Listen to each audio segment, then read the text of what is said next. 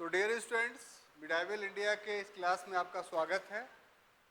हम लोग medieval India में अभी तक जिन टॉपिक्स को पढ़ चुके हैं उसमें तुर्कों का आगमन, मोहम्मद बिन कासिम का आक्रमण और महमूद गजनवी और मोहम्मद गोरी के आक्रमणों का विस्तार पूर्वक अध्ययन कर चुके हैं। मध्यकाल के इस आरंभिक के जो ऐतिहासिक घटनाक्रम था जिसका अध्ययन अभी तक हम लोग किए, उसका अंतिम प्रतिफल, लास्ट रिजल्ट ये हुआ कि एक सल्तनत की स्थापना हुई जिसको दिल्ली सल्तनत के नाम से जाना जाता है।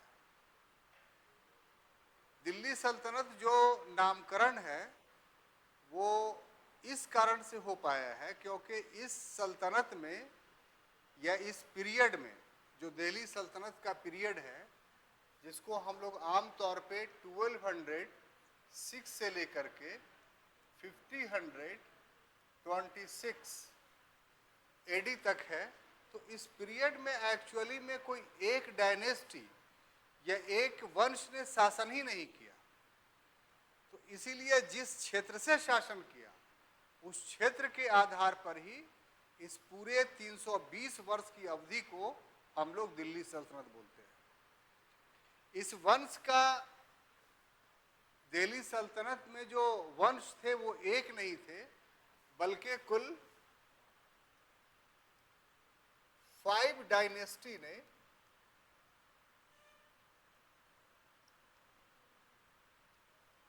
शासन किया। और 5 डायनेस्टी ने कौन कौन शासन किया?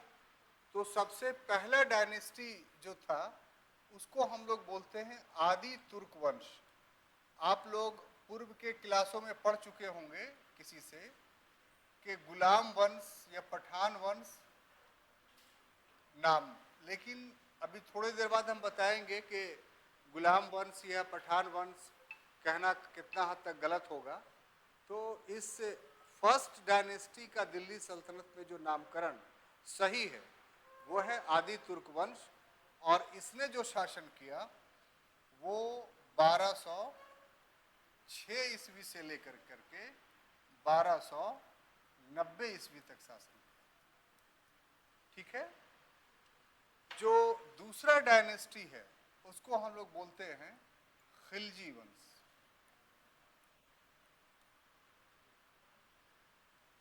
और इसने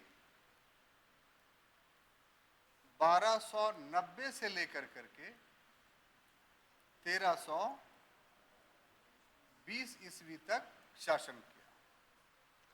जो तीसरा डायनेस्टी है उसको हम लोग बोलते हैं तुगलक वंश।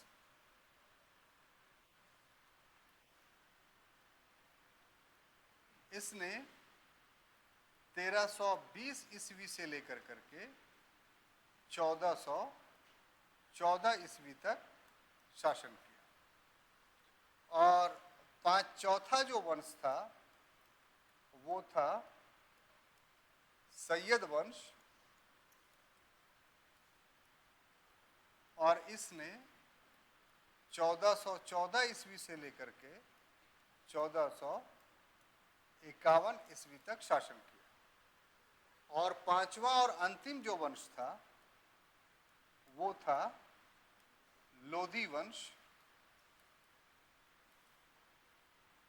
जिसने 1451 से लेकर के 1526 ईस्वी तक शासन किया। ठीक है। तो आपसे हमारा अपेक्षा ये है कि सिर्फ लिखिए नहीं, बल्कि जब दिल्ली सल्तनत पढ़ रहे हैं तो इस क्रोनोलॉजी को याद करते हुए चलिए, क्योंकि कभी कभी ऐसा होता है कि डायनेस्टी को भी सजाने के लिए या मिलाने के लिए ऑब्जेक्टिवली आपको दे देता है, तो उसमें आसान समझ करके अगर छोड़ देते हैं आप तो वो प्रश्न आपका गलत होगा। और दूसरी बात कि इतिहास में अगर क्रोनोलॉजी पे ध्यान नहीं देते हैं तो फिर इसके अंदर का इतिहास आपको समझने में दिक्कत होगा, जगह जगह पर रुकावटें आएंगी। ठीक है। तो अब देखिए, इसके बाद जो अगली चीजें हमें आपको पढ़ानी है वो ये कि जहां तक प्रथम वंश का प्रश्न है,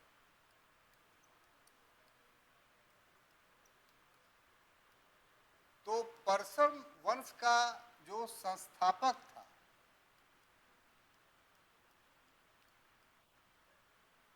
उसका नाम कुतुबुद्दीन ऐबक था। क्या नाम था? कुतुबुद्दीन ऐबक। इसके बारे में विस्तार से जानने से पहले ये जरूरी है कि आखिर ये भारत का शासक कैसे बना, ये जान लेते हैं। तो जब 1205 ईस्वी में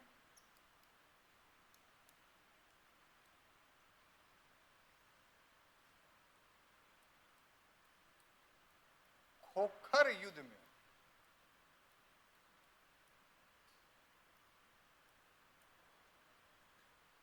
मोहम्मद गौरी मारा गया,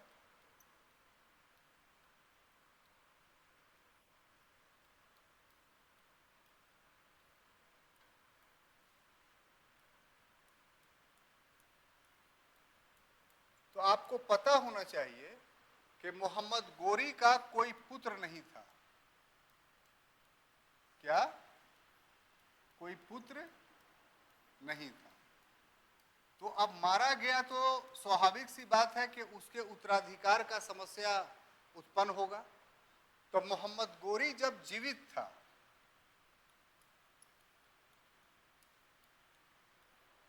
तो इसी समय इससे एक प्रश्न किया गया था, और वो प्रश्न क्या था? तो उत्तराधिकारी का, कि आपका सक्सेसर यानी उत्तराधिकारी कौन होगा। ठीक है? तो इस प्रश्न का उत्तर उसने दिया था कि हमारे दास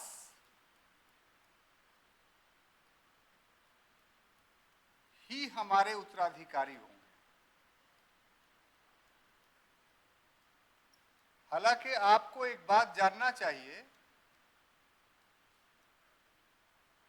कि मोहम्मद गौरी का एक भतीजा था, मतलब उसके भाई का बेटा, जिसका नाम गयासुद्दीन महमूद था। तो इस प्रश्न के उत्तर में उसने ये नहीं कहा कि हमारा उत्तराधिकारी मेरा भतीजा होगा। आमतौर पे ऐसा होता है कि अगर उसका अपना पुत्र नहीं है तो किसी निकट संबंधी को अपना उत्तराधिकारी वो घोषित कर दे। आपको बोर्ड दिखाई पड़ रहा है? आप ही से पूछ रहे हैं, आपसे। कैसे उधर लिख रहे हैं, दिखाई पड़ रहा है? ठीक।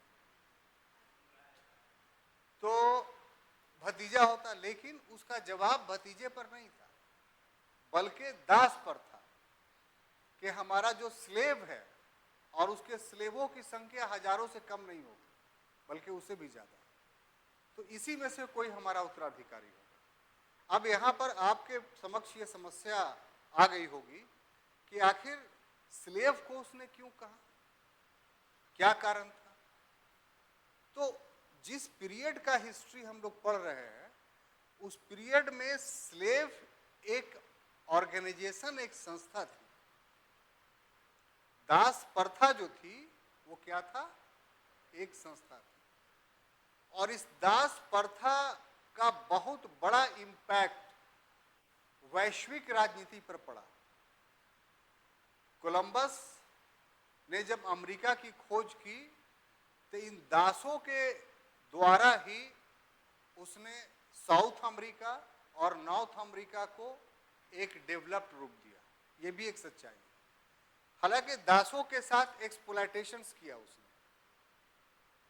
लेकिन जो यहां दास से ऑर्गेनाइजेशन, स्लेव ऑर्गेनाइजेशन उभर करके सामने आता है तुर्कों के यहाँ, वो थोड़ा हट कर था।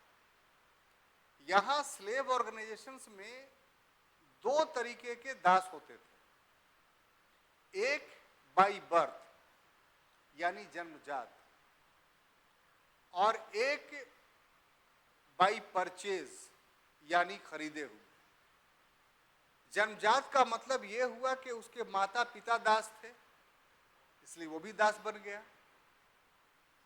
और परचेज का मतलब हुआ कि वो उसके माता पिता दास नहीं थे, स्वतंत्र थे, लेकिन किसी परिस्थितिवश निर्धनता आ गई या किसी ने बेच दिया पकड़ के उसको, क्योंकि दास व्यापार खूब होता था उस समय, तो इस वजह से वो दास बन गया। अब पूरा मध्य एशिया का जो शासन व्यवस्था था वो इस स्लेवरी ऑर्गेनाइजेशंस पर ही आधारित था, क्योंकि हर शासक मध्य एशिया का स्लेव अपने पास रखता था, और वो स्लेव का मतलब घर का नौकर नहीं होता था, झाड़ू पोछा लगाने वाला नहीं होता था, बल्कि वो एक ऑर्गेनाइजेशन, एक संगठन इस रूप में बना कि शासक के द्वारा उन दासों को पूरी ट्रेनिंग दी जाती थी। धनुर्विद्या की ट्रेनिंग, तलवारबाजी की ट्रेनिंग, घुड़सवारी की ट्रेनिंग, या पढ़ाई लिखाई के शिक्षा की ट्रेनिंग। और वो इसलिए देते थे कि चूंकि वो पूरी तरीके से डिपेंडेंट होते थे अपने मालिक पर, अपने मास्टर पर, उसका कोई घर परिवार नहीं होता था, वो अपने परिवार के प्रति स्वामी भक्त नहीं होता था, वो स्वामी भक्त अपने मास्टर या स्वामी के प्रति होता था। इस कारण से जो फौज बनती थी वो काफी मजबूत बनती थी। तो उस समय के किंग या राजा मध्य एशिया के, वो दासों को खरीद करके अपनी राजनीतिक शक्ति को बढ़ाना चाहते थे। तो यहां पर जो मोहम्मद गौरी बोल रहा है वो इसलिए बोल रहा है कि गयासुद्दीन महमूद जो उसका भतीजा, वो सैनिक दृष्टिकोण से उतना मजबूत नहीं था जितना उसके स्लेवरी ऑर्गेनाइजेशन में स्लेव मजबूत थे। अब बात समझ में आई? तो वो तो हजारों की संख्या में दास थे भाई, तो मेरे दास में से, उन दासों में से कौन बनेगा? तो जो योग होगा वही बनेगा। तो ऐसी परिस्थिति में जो इस उत्तर के हिसाब से अगर देखा जाए तो 3 दास काफी महत्वपूर्ण थे। जो 3 दास काफी महत्वपूर्ण थे। महत्वपूर्ण का मतलब ये कि ये किसी न किसी प्रांत के अधिकारी थे। गौरी ने इन्हें उस प्रांत का पूरा अधिकार दे रखा था।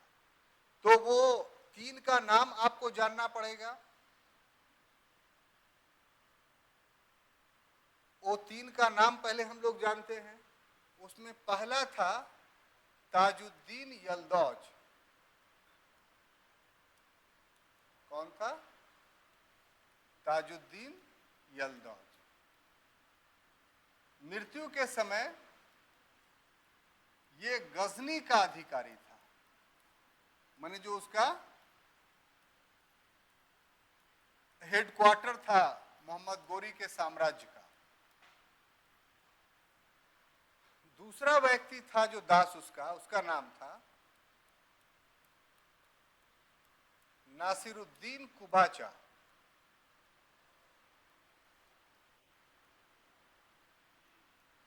ये जो था वो सिंध और मुल्तान का अधिकारी था। जिस समय गौरी मरा उस समय ये सिंध और मुल्तान में उसके प्रतिनिधि के रूप में शासन कर रहा था। और तीसरा था कुतुबुद्दीन ऐबक। क्या था? कुतुबुद्दीन ऐबक। इसका उत्तरी भारत का अधिकारी था। उत्तरी भारत का अधिकारी। बात समझ में आई? तो अब जैसे ही गौरी की मृत्यु होती है, गौरी मरता है, तो क्या होता है कि लाहौर भारत में उस समय जो गौरी गौरी के सत्ता का केंद्र था वो दिल्ली नहीं था। मतलब तुर्क अधिकारियों की अधिकांश संख्या जो भारत में शासन करने के लिए उत्तरदायी थे या भारत के शासन से संबंधित थे, उसमें से अधिकांश संख्या लाहौर में रहती थी। और लाहौर इसलिए सेंटर में था कि जब तक गौरी जिंदा था तब तक दिल्ली से ज्यादा निकट लाहौर था गजनी के, इसीलिए संपर्क गजनी से लाहौर से ज्यादा अच्छा बनाया जा सकता था। तो इसलिए गौरी के जीवन काल में भारतीय प्रांत का हेडक्वार्टर दिल्ली न होकर के लाहौर था। और वहीं जो भारत से संबंधित तुर्क अमीर थे, तुर्क नोबल क्लास थे, उनका जमावड़ा लाहौर में ही रहता था। इसलिए लाहौर के तुर्क अमीर, जो तुर्क के नोबल क्लास थे, उन्हीं को अमीर बोला जा रहा है। तुर्क अमीरों ने क्या किया कि कुतुबुद्दीन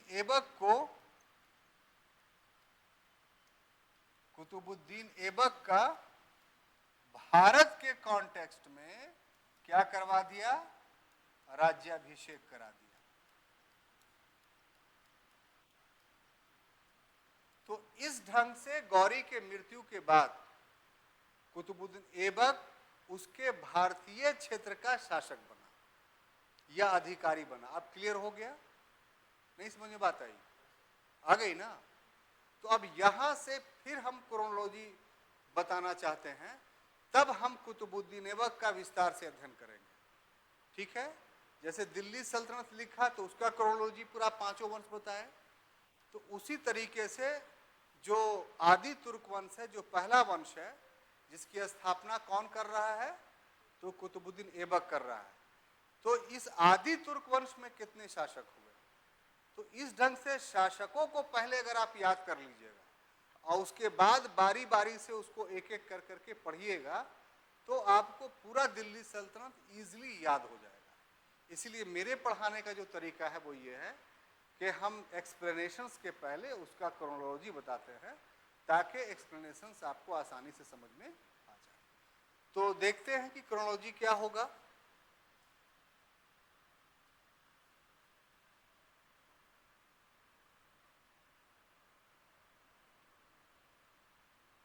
तो क्रोनोलॉजी से पहले अच्छा ये होगा कि एक जो टॉपिक है, जो अभी अभी हमने कहा आपको,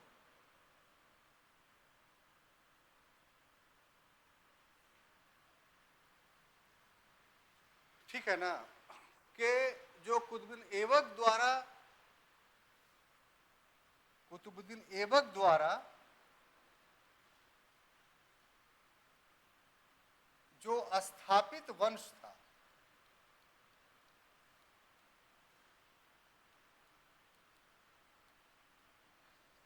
उस स्थापित वंश का जो नेमिफिकेशन था, यानी नामकरण, इस नामकरण पर विवाद है। ठीक है? तो विवाद पर भी प्रश्न आते हैं, तो हमें ये लगता है, ये बनता है ये प्रश्न कि उस विवाद को पहले सुलझाया जाए।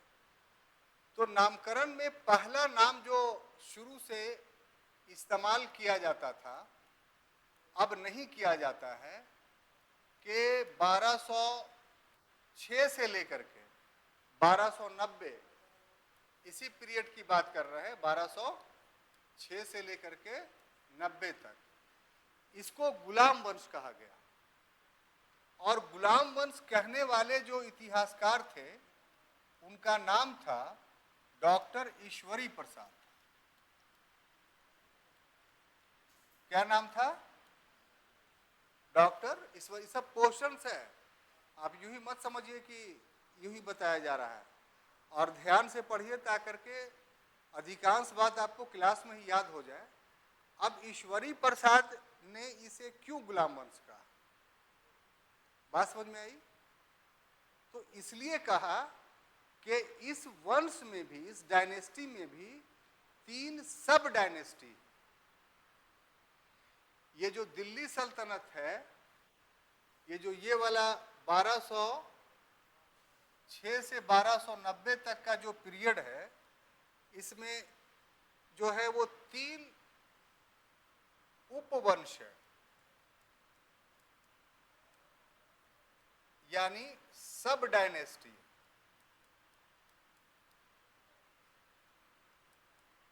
एक को कुतुबी वंश बोलते हैं,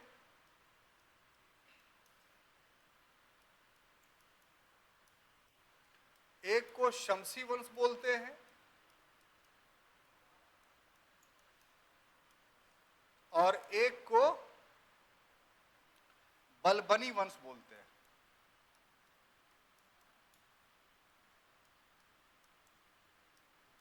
ठीक है।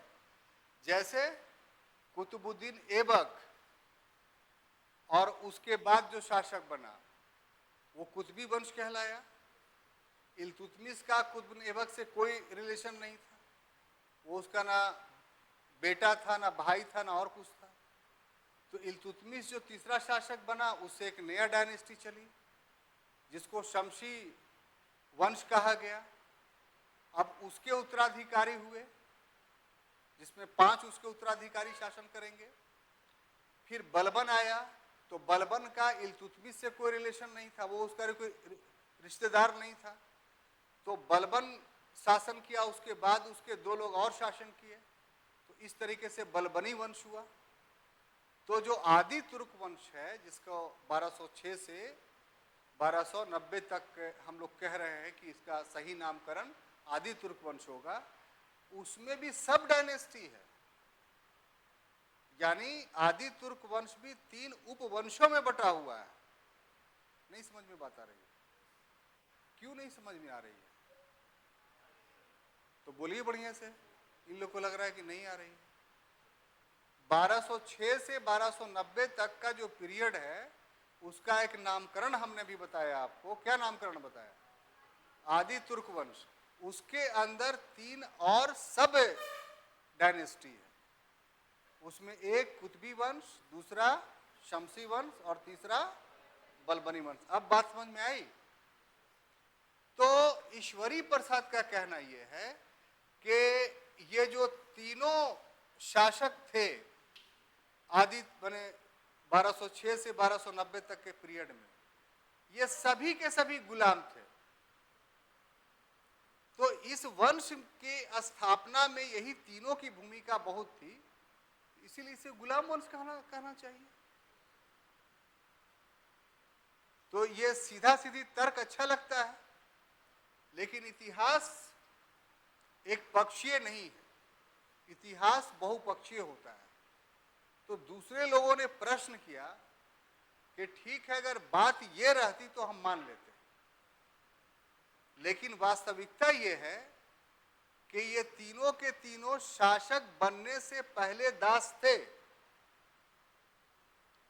लेकिन शासक बने तब तो दास नहीं थे। पहली बात। जैसे कुतुबुद्दीन ऐबक को लीजिए, तो 1208 में ही दास्ता से मुक्त कर दिया था गियासुद्दीन महमूद ने।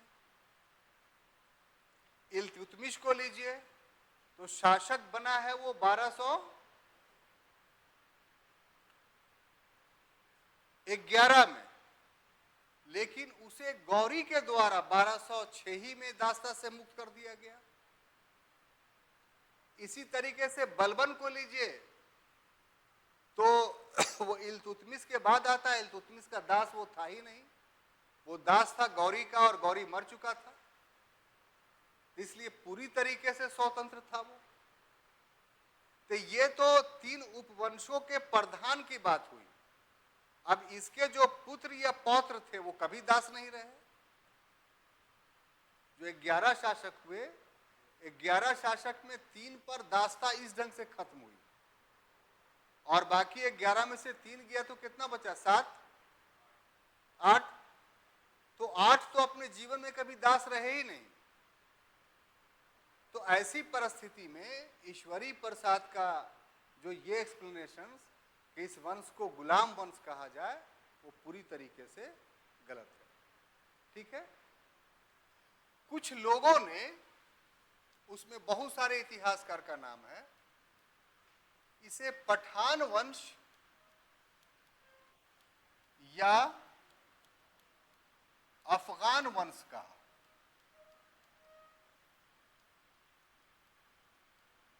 और इसके कहने का जो आधार था वो ये था कि चूंकि ये लोग सभी अफगानिस्तान से आए थे और अफगानिस्तान में पठानों की संख्या अधिक है, इसीलिए इनको अफगान वंश या पठान वंश कहना चाहिए।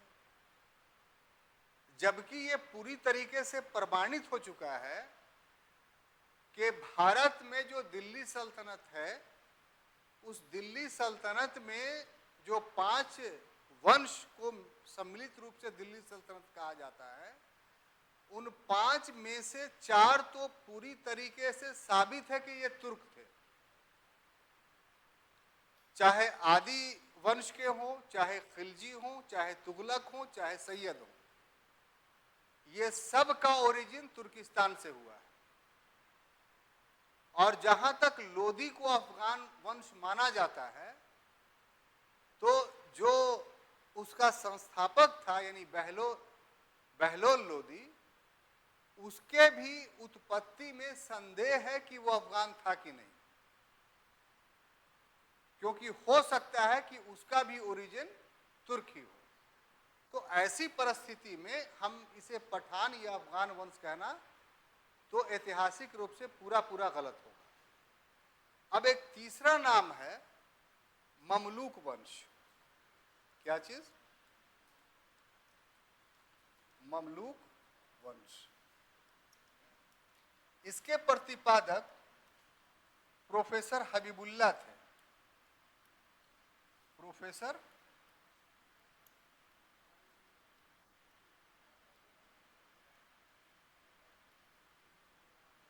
ये जनरेशन चला रहा है, जो नाम आप सुन रहे हैं ये आजादी के समय के इतिहासकार हैं। इसके बाद इनके पुत्र मोहम्मद हबीब और उनके पुत्र इरफान हबीब जो अभी जीवित हैं और मध्यकालीन भारत के सबसे बड़े इतिहासकार माने जाते हैं। प्रोफेसर हबीबुल्ला गलत लिख दिया।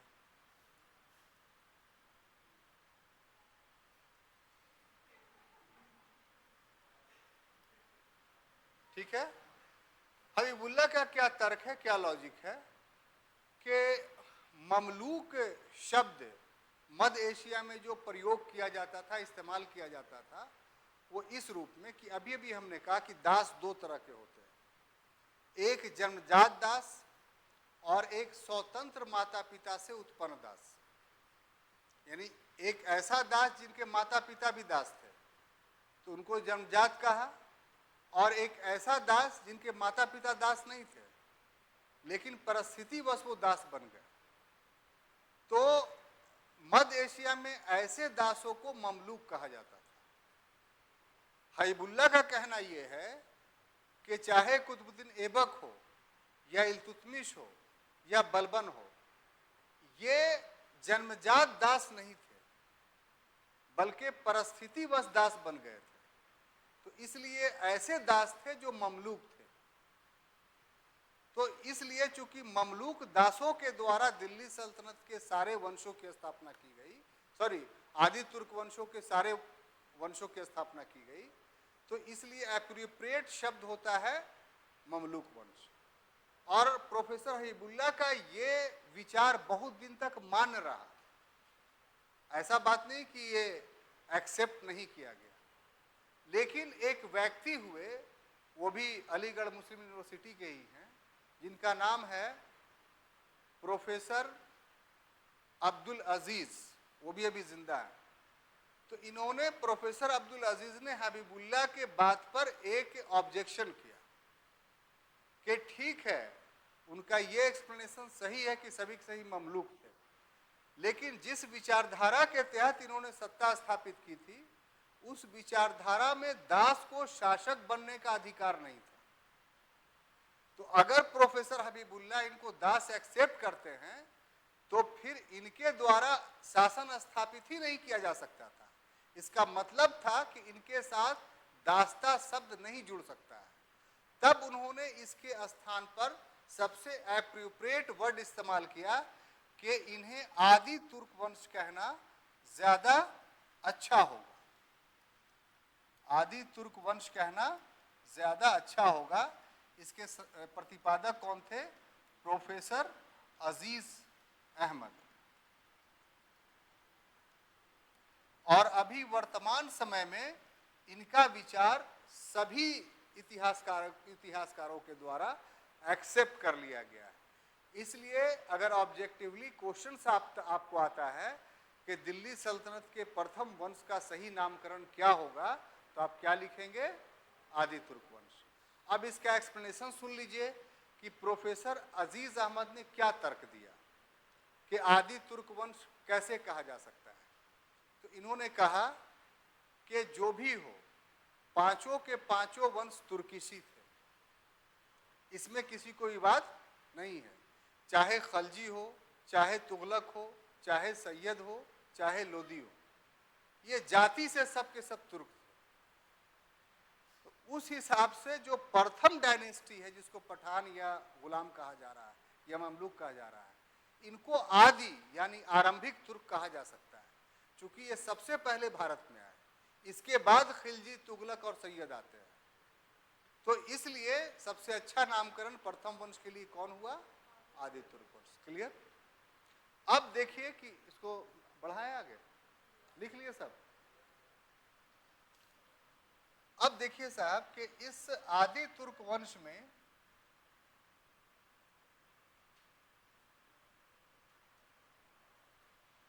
जो शासकों का क्रम है वो आपको जानना चाहिए और इसको याद करना चाहिए। शासकों का क्रम, ये अगर आप याद कर लेते हैं तो पूरा दिल्ली सल्तनत को हम समझाने में काफी सफल रहेंगे। ठीक है? और कल अगर आप सुना दीजिएगा तो बड़ी मेहरबानी होगा। तो जो लिख रहे हैं वो कल कौन कौन सुनाएगा? बाकी जो हाथ नहीं उठा रहे हैं, हम मान ले कि नहीं सुनाएंगे, वो बोलिए ना। आप लोग नहीं उठाए, इसका मान ले कि नहीं सुनाइएगा, तो फिर उठाए काहे नहीं?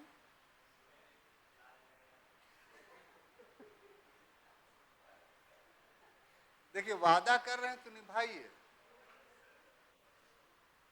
समझ गए? वादा तोड़ने के लिए अगर कर रहे हैं तो फिर अलग बात है।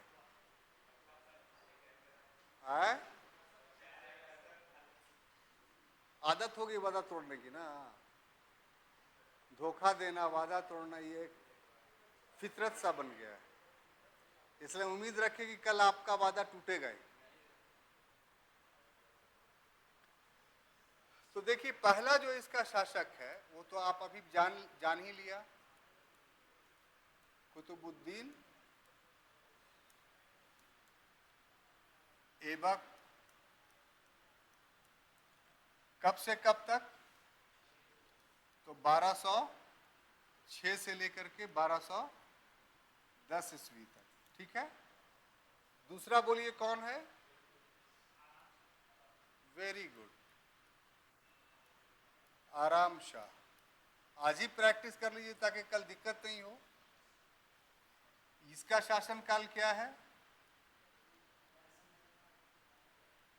मात्र 8 महीना रहा ये, 1210 से 1211 के बीच में। तीसरा शासक कौन है? इल्तुतमिश।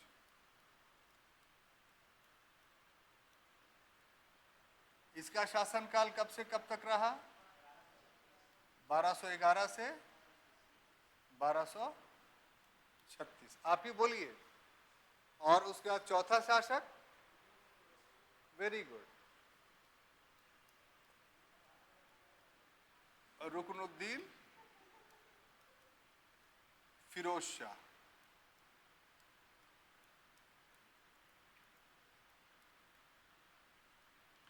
इसका कब से कब तक रहा? तो सिर्फ 6 माह ये रहा है, 1236। इसके बाद कौन रहा? तो पांचवा में ये बोल रहे हैं लिखने के लिए रजिया सुल्तान।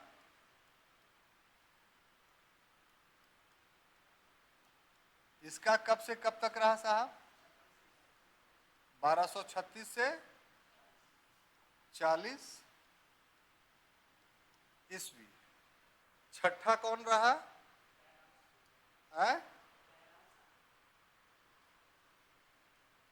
मोइजुद्दीन बहराम शाह।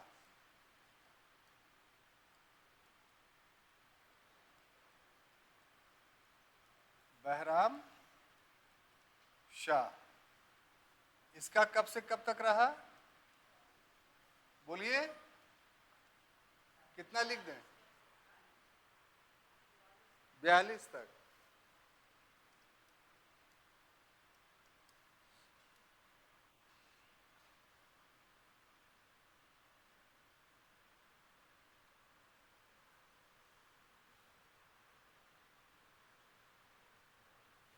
अब आ जाइए, सातवां में कौन था?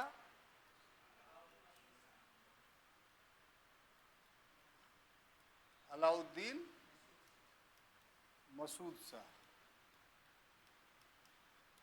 इसका शासनकाल बोलिए, 1242 से क्या लिख दूं? 46। क्रॉनिकल वाइज आएगा भाई, इसलिए याद करते हुए चलिए। उसके बाद आठवां शासक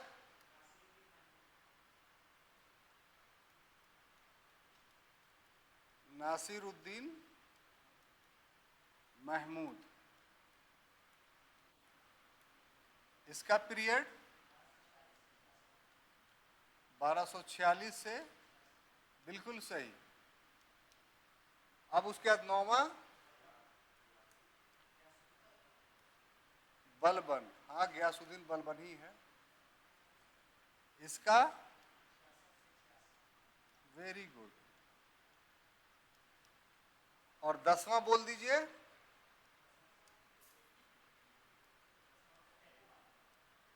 कैकुबाद, बिल्कुल आपने सही कहा। इसका पीरियड बोल दीजिए।